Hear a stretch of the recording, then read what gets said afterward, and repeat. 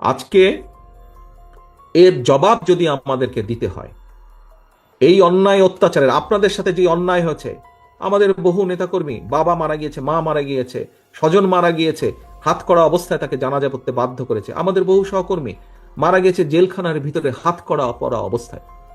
নিশ্চয়ই আপনাদের সেগুলো মনে আছে। এর ভিতরে আপনারা এই কয়েক ঘন্টা ধরে আলোচনা করে আপনারা 31 দফাটা যেমন নিজেরা বুঝে নিয়েছেন এবং আপনারা নিজেদেরকে প্রস্তুত করেছেন 21 দফার বিষয়গুলো, যা আমরা দলের পক্ষ থেকে দিয়েছি, যা আমরা আমাদের সাথে যে সকল গণতান্ত্রিক রাজনৈতিক দল আন্দোলন সংগ্রামে ছিলেন, আমাদের সাথে স্বৈরাচারী আন্দোলনে যারা আমাদের সহযোগী ছিলেন, তাদের সকলের পক্ষ থেকে যে আমরা 31 দফা দিয়েছি, 31 দফাটা আপনারা জনগণের কাছে পৌঁছে দেবার জন্য নিজেদেরকে প্রস্তুত করেছেন। তার জন্য আমি আপনাদেরকে ধন্যবাদ জানাচ্ছি।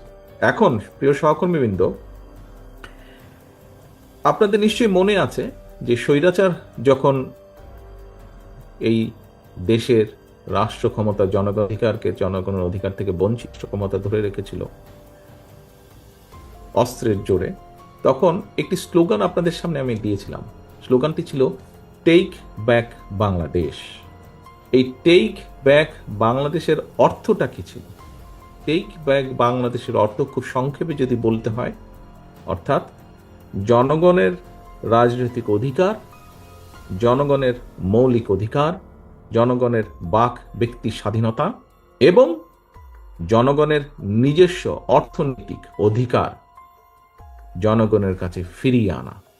বাংলাদেশ, বাংলাদেশের পররাষ্ট্রনীতি, বাংলাদেশের অর্থনীতি, বাংলাদেশের সমাজ ব্যবস্থা, বাংলাদেশের রাজনীতি, বাংলাদেশের বিচার ব্যবস্থা, যাই বলি না কেন, কি হবে সেটি বাংলাদেশের মানুষ সিদ্ধান্ত নেবে, বাংলাদেশের মানুষ সেটি ঠিক করবে।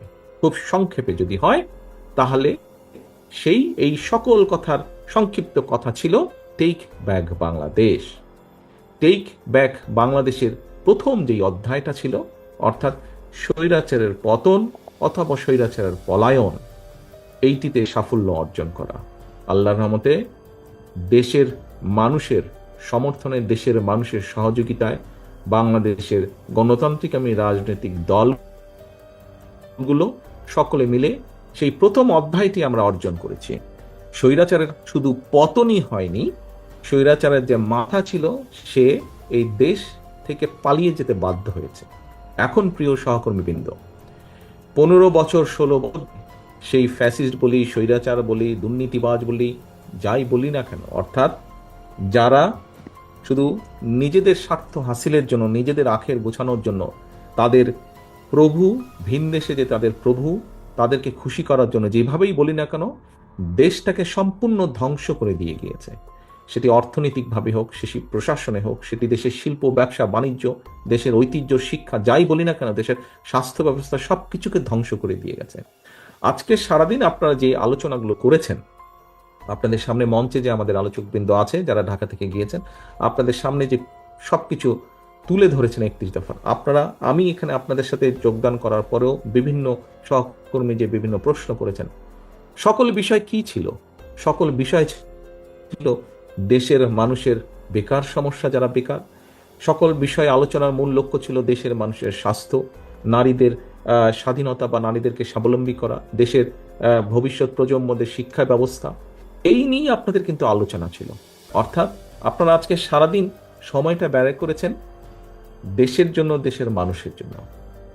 দেখুন, আমি গতকালকেও একটি কথা বলেছি, এখানে আমরা যারা উপস্থিত আছি, আমরা সকলে এক একজন রাজনৈতিক কর্মী। একটি রাজনৈতিক দলের বা একজন রাজনৈতিক কর্মীর সবচেয়ে বড় সফলতা কি? সবচেয়ে বড় সফলতা হচ্ছে আপনার প্রতি যখন মানুষের বিশ্বাস থাকে, আস্থা থাকে। আপনার প্রতি একজন রাজনৈতিক কর্মী হিসাবে, অথবা আপনি একজন রাজনৈতিক দল হিসেবে আপনার পিছে যখন মানুষের লম্বা লাইন থাকে, আপনার মিছিলটি যখন বড় হয়, আপনার জনসমাবেশটি যখন বড় হয়, এটি জনগণের আপনার প্রতি যে আস্থা বা বিশ্বাস আছে তার একটি প্রতিফলন, সম্পূর্ণ না। কিন্তু ভোটের মাধ্যমে, গণতান্ত্রিক বিশ্বে ভোটের মাধ্যমে জনগণের সমর্থন পাওয়াটা হচ্ছে, সভ্য সমাজে জনগণের সমর্থন পাওয়াটাই হচ্ছে জনগণের আস্থা বিশ্বাসের প্রতীক বা প্রতিফলন। কাজেই সহকর্মীবৃন্দ, আমরা যদি এইভাবে দেখি যে আপনাদের পেছনে আপনারা যখন বের হন, কোনো কর্মসূচি নিয়ে বের হন, আপনাদের পিছনে মিছিলে মানুষের যেই সমাবেশ থাকে, আমাদের সমাবেশগুলোতে মানুষের যেই ভিড় থাকে, সেটির মাধ্যমে একটি আস্থা প্রকাশ পেয়েছে, জনগণের আস্থা। কিন্তু আরেকটি আস্থা, যেটি বিশ্বে গণতান্ত্রিক আস্থা বা ভোট হিসাবে বিবেচিত, সেই ভোটের আস্থাটি আমাদেরকে অর্জন করতে হবে। সেই ভোট গ্রহণ অনুষ্ঠানটি হয়নি, এবং সেই ভোট গ্রহণ অনুষ্ঠানটিতে আস্থা অর্জন করতে হলে শুধু তো মুখের কথা বললে হবে না। আমরা দেশের জন্য, রাষ্ট্রের জন্য, মানুষের জন্য কি করতে চাই, মানুষ এটি জানতে চায়। আপনারা এই যে প্রশ্ন করেছেন যে আচ্ছা এটা কি হবে, ওটা কি হবে, এটা হলে কি হবে, ওর তাদের জন্য কি হবে, কেন এই জন্যই প্রশ্নগুলো করেছেন। আপনারা কি শুধু নিজেরা জানতে চেয়েছেন? শুধু নিজেরা জানার জন্য জানেননি, আপনারা এই জন্য জানতে চেয়েছেন কারণ এই কথাগুলো মানুষের সাথে আপনাদের হয়। আপনি সামাজিক অনুষ্ঠানে যান, ধর্মীয় অনুষ্ঠানে যান, বাজার ঘাটে যান, বসে গল্প করেন বন্ধু বান্ধবের সাথে যারা রাজনীতি করে না, তারা কিন্তু আপনাকে যখন জানে, যে তারা চিনে আপনাকে, জানে যে আপনি একজন বিএনপির কর্মী। আপনি হতে পারেন বিএনপির, হতে পারেন যুব দল, হতে পারেন ছাত্র দল, হতে পারেন কৃষক দল, হতে পারেন মহিলা দল, হতে পারেন আইনজীবী ফোরামের একজন সদস্য, কিন্তু জানে আপনি বিএনপি, এবং সেই জন্যই আপনাকে জিজ্ঞেস করে। এবং জিজ্ঞেস করার আরেকটি কারণ আছে, এবং তারই প্রতিফলন হিসেবে কিন্তু আপনারা আজকে আমাদেরকে জিজ্ঞেস করেছেন, আমাকে জিজ্ঞেস করেছেন যে এই হলে কি করব, আমরা কি করব। এবং আপনাকে জিজ্ঞেস করার আরেকটি কারণ হচ্ছে যে আপনি শুধু না, আপনি সামগ্রিকভাবে দল, এই দলের উপরে মানুষ আস্থা বিশ্বাস রাখে বলেই কিন্তু জিজ্ঞেস করে, আচ্ছা তোমরা এটার কি করবা, তোমরা ওটার কি করবা, তোমরা এই হলে কি করবা, সেই জন্যই জানতে চাই। এখন সহকর্মী, ওই যে একটু আগে যেটা বললাম, আস্থার একটা পর্যায়ে আমরা আছি, কিন্তু এই আস্থার পর্যায়টাকে তো আমাদের ধরে রাখতে হবে, তাই না, যাতে আপনি ভোট পর্যন্ত পারেন। এবং এখানে আরেকটি বিষয় আছে, আগামী ভোটই কিন্তু শুধু ভোট না। এখানে হয়তো অনেকে বলছেন যে অথবা এই অনুষ্ঠানের বাইরেও অনেক ব্যক্তি আছেন যারা হয়তো আমার কথা শুনে বলবেন যে কি তারেক রহমান শুধু ভোট ভোট ভোট কথা বলছে। এই হ্যাঁ, আমরা তো ভোটের কথা বলবো, আমরা তো রাজনীতি করি, আমরা একটি রাজনৈতিক দল, ভোটের কথা বলবো, এটা একটা নর্মাল ব্যাপার, স্বাভাবিক ব্যাপার। ভোট ভোটের কথা আমরাই বলবো, এটাই স্বাভাবিক ব্যাপার। তা এখন সহকর্মীবৃন্দ, আগামী নির্বাচন, আমি গতকালকেও বলেছি, একটি কঠিন নির্বাচন হবে। এবং শুধু আগামী নির্বাচন করেই কি আপনি ক্ষান্ত দিয়ে দিবেন? আপনি তো পরের নির্বাচনের জন্য প্রস্তুত হবেন। কাজেই এই নির্বাচনে আপনি 31 দফার কথা বলছেন, আগামী সামনে যে নির্বাচনটি হবে, যে আপনি সুযোগ পেলে, জনগণের সমর্থন পেলে আপনি এই এই কাজগুলো করবেন। মানুষ দেখতে চায় আপনি কি করবেন, মানুষ এখন জানতে চায়। আপনি 17 বছর সুযোগ পাননি, আপনাকে সেই সুযোগ দেওয়া নেই, আপনি সুযোগ পেলে আপনি কি করবেন। এখন কিন্তু শুধু কথায় চিড়া ভিজবে না।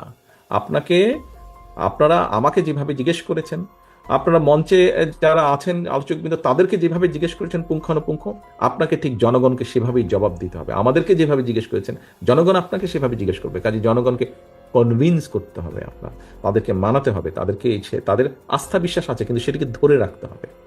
এবং পরবর্তী নির্বাচনের পরে আপনি সুযোগ পেলে আপনাকে সেগুলি বাস্তবায়ন করতে হবে। কারণ তারপরের নির্বাচনে আপনাকে কিন্তু প্রমাণ দিয়ে দেখাতে হবে যে আপনি এই নির্বাচনের আগে এই বলেছেন, এবং সুযোগ পাবার পরে আপনি এই করেছেন, কতটুকু করেছেন জনগণ দেখতে চায়। হ্যাঁ, হয়তোবা আমরা সবকিছু করতে পারবো না, কিন্তু আমরা যদি জনগণের সামনে তুলে ধরতে পারি, প্রমাণ করতে পারি, সত্যিকার ভাবে দেখাতে পারি, ইয়েস সমস্যা ছিল কিন্তু আমরা চেষ্টা করেছি, এতটুকু আমরা এগোতে পেরেছি, হয়তো পুরোটা পারিনি, জনগণ নিশ্চয়ই সেটি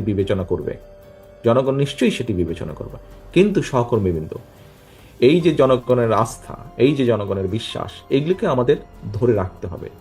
দল হিসেবে বলেন, একজন রাজনৈতিক কর্মী হিসেবে বলেন। আপনারা এখানে যারা আজকে উপস্থিত হয়েছেন, 3 জেলায় প্রায় 3000-এর কাছাকাছি মানুষ উপস্থিত আপনারা আজকে হয়েছেন, 3000-এর বেশি হবেন খুব সম্ভব এই 3 জেলা মিলে। তো এই যে 3000 মানুষ, প্লাস মাইনাস 3000 মানুষ যে উপস্থিত হয়েছেন, এই 3000 মানুষ চোখ বন্ধ করে আমি বলে দিতে পারি, প্রত্যেকটি মানুষের নামে একটি করে হলেও মিথ্যে বা গায়েবী মামলা আছে, যার স্বৈরাচারের সময় দিয়েছিল, আছে না? প্রত্যেকটি না, একটি করে হলো, মিনিমাম একটি মামলাও আপনাদের বিরুদ্ধে আছে। কিন্তু সেই মামলার পরেও সেই মামলা, সেই অত্যাচার নির্যাতন, ঘরে থাকতে পারেন নেই, এই সাদা পোশাকে ডিবি পুলিশের এদের অত্যাচার নির্যাতন, তারপরেও তাদের যেই স্বৈরাচারের যে দল ছিল, কি কি সব ছিল, তাদের হেলমেট বাহিনী, হাতুড়ি বাহিনী, এদের অত্যাচার নির্যাতন, ঘরে থাকতে পারেননি, পালিয়ে পালিয়ে থাকতে চায়, তারপরেও কিন্তু আপনারা জনগণের পক্ষে কথা বলতে ছাড়েননি। জনগণের অধিকার রক্ষার যে সংগ্রাম, সেটা থেকে আপনারা পিছিয়ে আসেননি সহকর্মীবৃন্দ। কাজেই আপনারা যখন এতদূর কষ্ট করেছেন, কেন আপনারা এমন কাউকে সুযোগ দিবেন যে নিজের স্বার্থ হাসিলের জন্য আপনার এই কষ্টে পানি ঢেলে দিবে? কেন সেই সুযোগ আপনি দিবেন? কেন? কিছু সংখ্যক লোক তার নিজেদের স্বার্থ সিদ্ধির জন্য, স্বার্থ হাসিলের জন্য আমাদের এত কষ্টের মধ্যে পানি ঢালার চেষ্টা করছে। এই যে সারাদিন আপনারা এখানে বসেছেন, আপনি তো সারাদিন গত 8-10 ঘন্টা এখানে আপনি ব্যয় করেছেন, আপনি সময় দিয়েছেন। এই যে বসে থেকেছেন, এটার জন্য একটা এনার্জি লাগে। এই যে আপনি এসেছেন, তার জন্য অর্থ খরচ হয়েছে আপনার। বাস ভাড়া বা সিএনজি ভাড়া বা রিক্সা ভাড়া যেতেই দেন আপনি দিয়েছেন, অর্থ খরচ হয়েছে। আপনার সময়, আপনার পরিশ্রম, আপনার অর্থ আপনি কেন খরচ করেছেন? আপনার আদর্শকে তুলে ধরার জন্য। আমরা দেশ নিয়ে যেই পরিকল্পনা করছি সেগুলো যাতে আমরা বাস্তবায়ন করতে পারি, সেটি ভালোভাবে জেনে নিয়ে গিয়ে জনগণের কাছে উপস্থাপন করা, জনগণকে এটি ভালোভাবে বোঝানো, যাতে জনগণ আরো দৃঢ়ভাবে আপনাকে সমর্থন দেয়। তাহলে আপনি যখন এতগুলো কষ্ট করলেন সহকর্মীবৃন্দ, কেন আপনার পাশে বা পেছনের লোকটা সে যদি নিজের স্বার্থ হাসিলের জন্য এমন কিছু করে যা আপনাকে, আপনার দলকে বিতর্কিত করবে, কেন আপনি সেই সুযোগ দিবেন তাকে? কেন দিবেন? দেবার কি একটি কোনো যৌক্তিক কারণ আছে যে আপনি তাকে সেই সুযোগ দিবেন তার ব্যক্তি স্বার্থ হাসিলের জন্য? আমরা তো ব্যক্তি স্বার্থ নিয়ে এখানে কোনো আলাপ করিনি সারাদিন। কেউ কি কারো ব্যক্তি স্বার্থ নিয়ে এখানে সারাদিন আলাপ করেছেন? কেউ ব্যক্তি স্বার্থ নিয়ে আলাপ করেন? প্রত্যেকে আপনারা দেশ, দেশের মানুষের জন্য সারাদিন চিন্তা করেছেন, আলাপ করেছেন, কথা বলেছেন আপনারা। কাজেই সহকর্মীবৃন্দ, আপনারা প্রায় বলেন, আমি প্রতি অনুষ্ঠানে বলি, আমার সাথে যখন কথা হয়, সেটি ইউনিয়ন পর্যায়ে হোক, গ্রাম পর্যায়ে হোক, জেলা পর্যায়ে হোক, উপজেলা থানা পর্যায়ে হোক, বিভাগ পর্যায়ে হোক, যেই নেতা, যেই সহকর্মী, যেই কর্মীর সাথে আমার কথা হয়, একটি কথা আপনারা বলেন যে ভাই, মানুষ বিএনপির দিকে তাকিয়ে আছে। ইয়েস, মানুষ যদি বিএনপির দিকে তাকিয়েছে, আপনাকেও তাকাতে হবে জনগণের দিকে, আপনাকেও তাকাতে হবে মানুষের দিকে। অর্থাৎ এই জন্য তাকাতে হবে, তার কথা আপনাকে চিন্তা করতে হবে, আপনাকে বুঝতে হবে, আচ্ছা আমার এলাকার জনগণ আমি কিভাবে চললে পছন্দ করবে, আমি কিভাবে কথা বললে আমাকে পছন্দ করবে আগে থেকে বেশি, আমি কি করা উচিত, কি করা, এ বিষয়ে আপনাকে নজর রাখতে হবে। এ বিষয়ে শুধু আপনাকে নজর রাখলে চলবে না, শুধু আপনার একা করলে চলবে না। আপনি যে এখানে গলাকে পা ঝুলিয়ে যে এখানে উপস্থিত হয়েছেন, আপনি দেখুন আপনার ওইখানে কিন্তু নামের সাথে লেখা আছে আপনি কি, একটা পদবি আছে আপনার। আপনার যে গলায় যে কার্ডটা, ওখানে একটা পদবি আছে আপনার।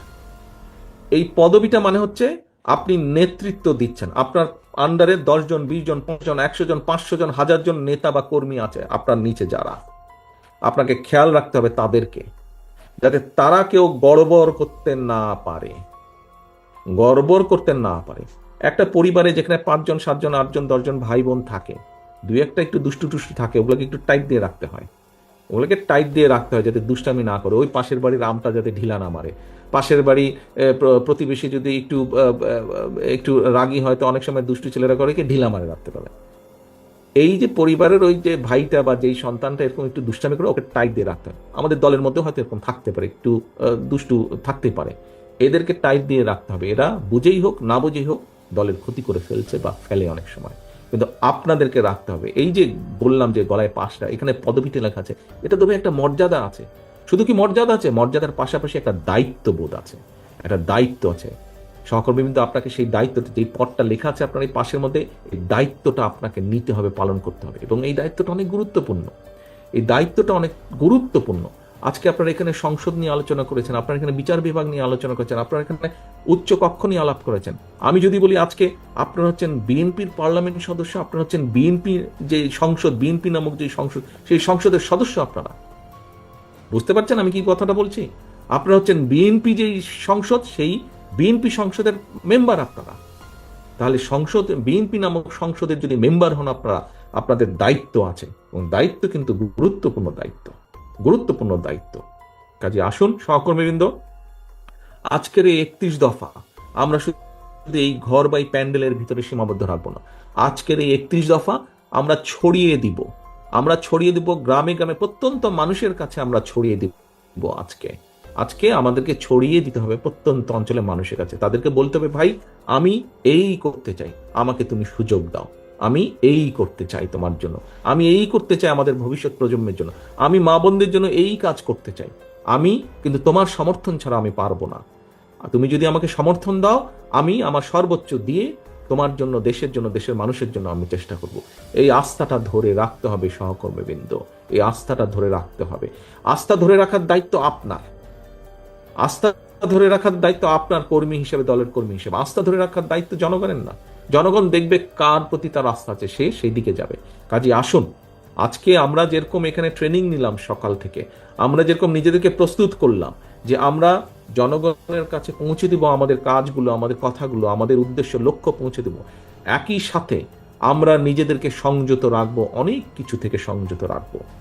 যেই কাজগুলো থেকে নিজেদেরকে সংযত রাখলে এবং আমাদের সহকর্মীদেরকে বাধ্য করব সংযত থাকতে, যেই কাজগুলো থেকে নিজেদেরকে সংযত রাখলে মানুষের আস্থা আমাদের উপরে বৃদ্ধি পাবে, মানুষের বিশ্বাস আমাদের উপরে বৃদ্ধি পাবে, আমাদের সুনাম বৃদ্ধি পাবে, আমরা সেই কাজগুলো থেকে নিজেদেরকে সংযত রাখবো। মানুষ যা চায় না। ভাই রাজনীতি করেন কেন? আপনি করেনই তো মানুষের জন্য। তো যেই মানুষের জন্য আপনি রাজনীতি করেন, এমন কাজ কেন আপনি করবেন যেখানে আপনার আস্থার সংকট দেখা দিবে? তাই না? আস্থার সংকট দেখা দিবে, এরকম কাজ আমরা করব না। সহকর্মীবৃন্দ, আমাদের বহু সহকর্মী গুম হয়েছে, খুন হয়েছে গত 15, 16, 17 বছরে। জুলাই আগস্ট মাসে আমাদের 500 জনের উপরে নেতা কর্মী সারা দেশে আমাদের খুন হয়েছে। 5 শতাধিকের উপরে মানুষ, সহকর্মী আমাদের হত্যার শিকার হয়েছে এই জুলাই আগস্ট মাসে। আর কোনো রাজনৈতিক দলের হয়েছে কিনা আমার জানা নেই, অন্তত আমার দলের নেতাকর্মীরা 500-র মতন নেতাকর্মীরা খুনের শিকার হচ্ছে। হাজার হাজার নেতাকর্মী আপনাদের এই মঞ্চে, এই অনুষ্ঠান স্থলে অনেকে বসে আছেন যারা বিভিন্নভাবে শারীরিকভাবে ক্ষতিগ্রস্ত হয়েছে। কতজনের ব্যবসা বাণিজ্য নষ্ট হয়েছে, ঘর বাড়ি ভেঙে দিয়েছে আওয়ামী লীগের লোকজন। সেগুলি কি ভুলে গিয়েছেন আপনারা? কেন ভুলে যাবেন? সেগুলো ভুলে যাবেন না। এবং একটি কথা আপনাদেরকে আজকে আমি বলি, আমি যেভাবে চিন্তা করি পুরো বিষয়টাকে, আমার সাথে অন্যায় হয়েছে, অবিচার হয়েছে, আমার পরিবারের সাথে হয়েছে, আমার বাবাকে হত্যা করা হয়েছে, আমার মায়ের সাথে অন্যায় করা হয়েছে, তাকে অত্যাচার করা হয়েছে, আমার ভাই মৃত্যুবরণ করেছে এই অত্যাচারের কারণে। আজকে এর জবাব যদি আমাদেরকে দিতে হয়, এই অন্যায় অত্যাচারের, আপনাদের সাথে যে অন্যায় হয়েছে, আমাদের বহু নেতা